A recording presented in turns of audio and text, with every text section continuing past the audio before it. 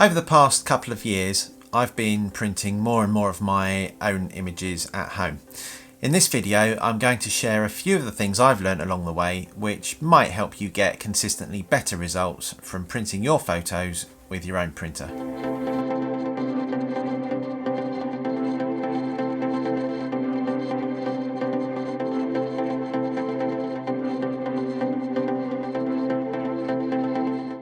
Welcome back to my channel. So this video is all about printing your own photos. Now, first of all, we need to be aware of some basic essential things. I've covered these in a previous video in a bit more detail, but I'll put a link to it on screen just here. So go and check that out. But to summarize, first of all, you should be aware of which color space you are using for shooting, editing and exporting, whether that's for web, screen or for printing.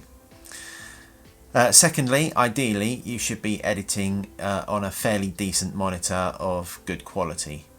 And thirdly, your monitor probably should be calibrated to show accurate colours and set to a brightness level which is appropriate to your usage. So mine is set specifically for photo editing at 100 nits or 100 candelas per meter squared.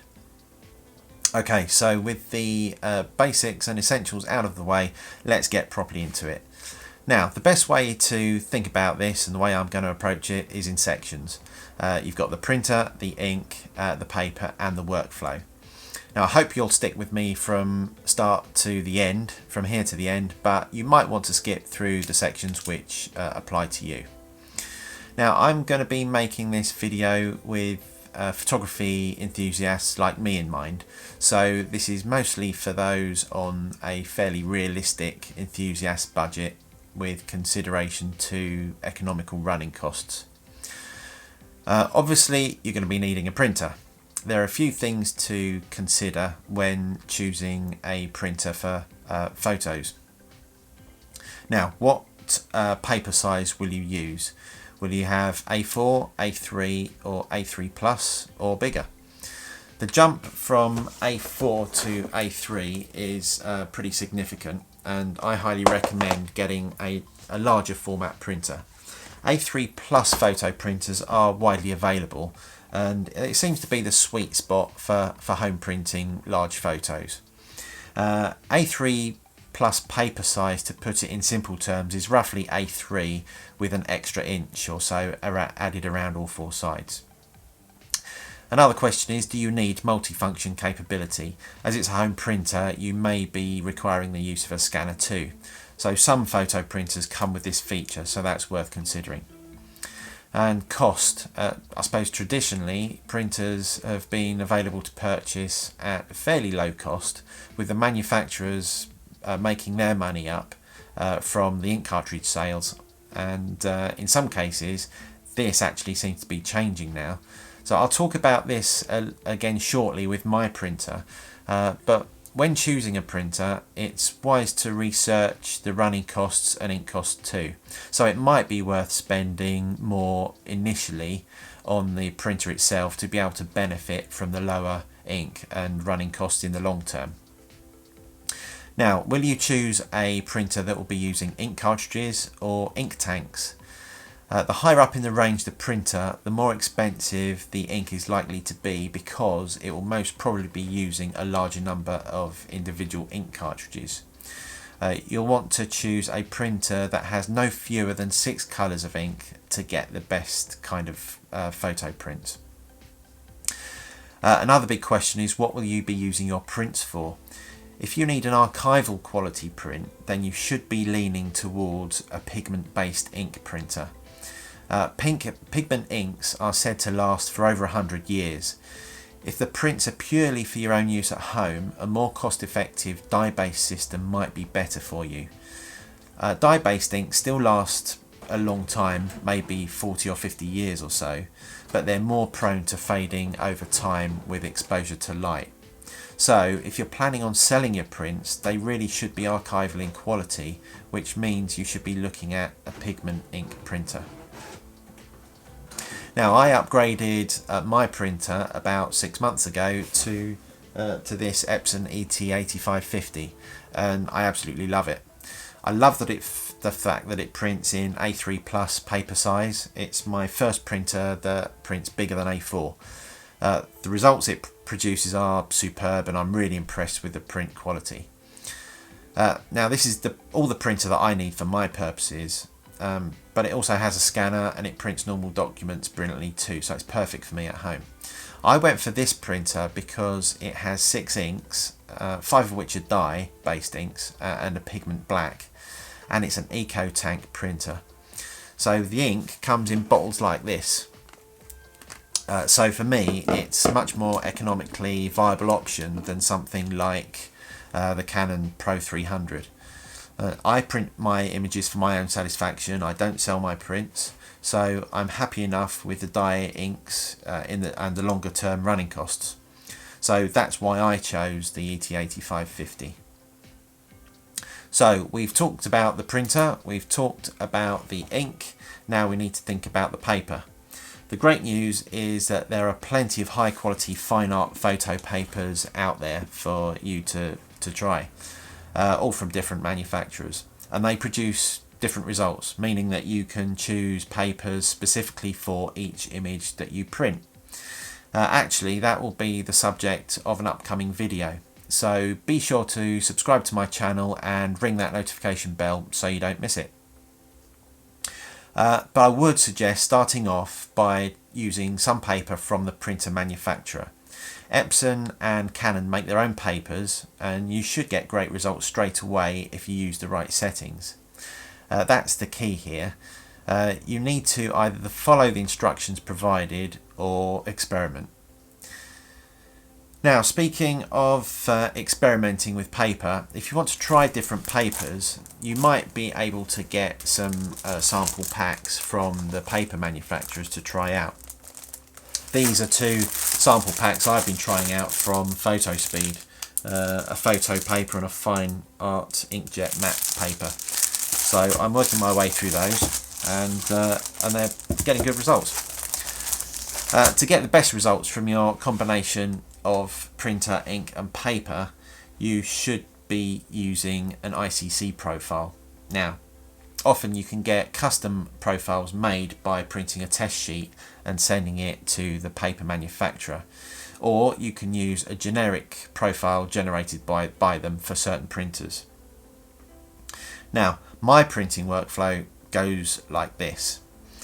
First, you'll need to install the ICC profile into your system so it's accessible to Lightroom. So for me, I'm going to install a generic profile from PhotoSpeed for my Epson ET8550 with the standard Claris ET Premium inks, and that's for this panoramic Pearl Photosmooth Pearl 290 paper from PhotoSpeed. So I've already saved my ICC profile to my desktop, and included in the download from PhotoSpeed are the instructions of where to install that profile.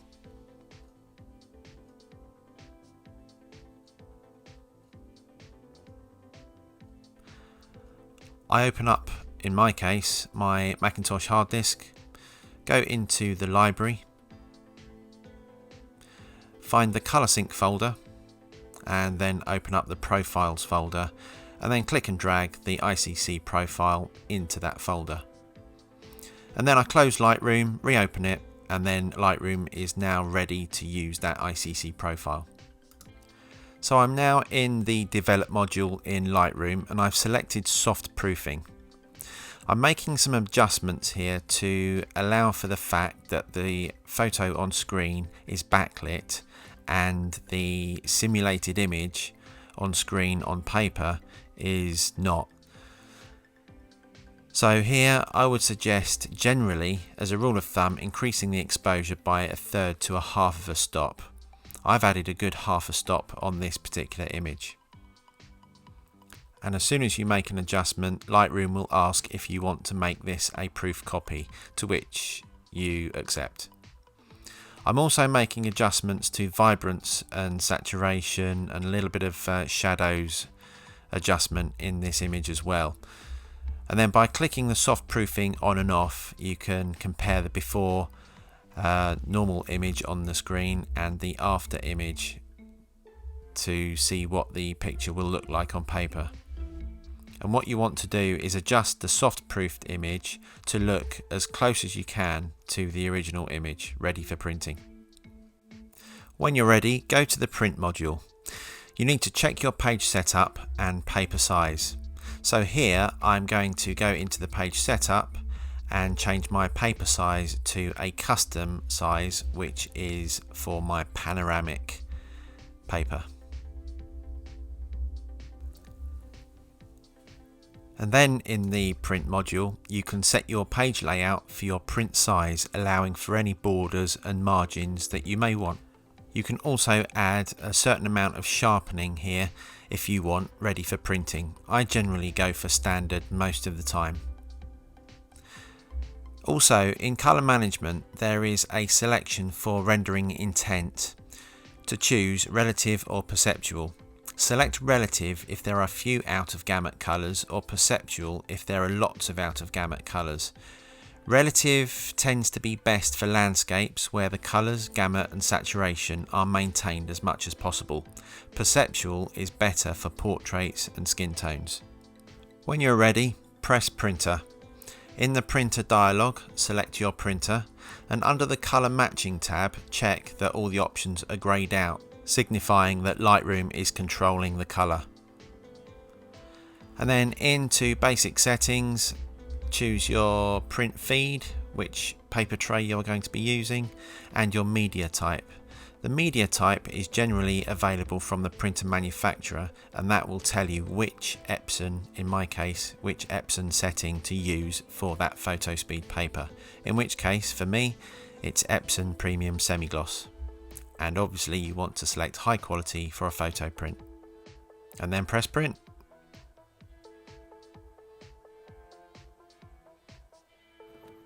Now this is where you need to be careful depending on whether you are printing colour or black and white. This is what I've picked up from a printing expert, and it absolutely works perfectly for me. If you're printing a colour image, under colour management, select the ICC profile for the paper you'll be using, as I've just shown. And then in the printer dialog, check that the colour sync cannot be changed. Select the appropriate media type as instructed by the paper manufacturer, and then press print. If you're printing in black and white, there are a few differences. I've found that I get better results by instructing the printer to manage the colour and not Lightroom. So, when in the print module, as before, check the page setup and paper size and set up your page layout with margins and borders. This time, ensure colour is managed by the printer, then select printer. So you're not selecting an ICC profile. In the printer dialog, check the printer colour controls is selected. Select the appropriate media type as instructed by the paper manufacturer, as before. Select black and white photo, and then press print. Now this bit is important. Don't use AirPrint. The AirPrint driver bypasses a lot of the functionality, and it will not allow you to select the ICC profile. Thereby it defeats the whole object of getting colour accurate prints. Also, if you find your printer is pausing mid-print and you're getting drying lines on your prints, try using a wired USB connection rather than wireless. Hopefully that should help the data transfer rate and stop the printer pausing. The last thing to do is to sign your photo if you wish. Now if you've used a matte fine art textured paper, then I've found a nice soft 4B pencil works best. If you've used a luster, a pearl metallic or a baryta, then ink works very well. But make sure you use a pigment pen like this, otherwise it won't dry properly and might be prone to smudging.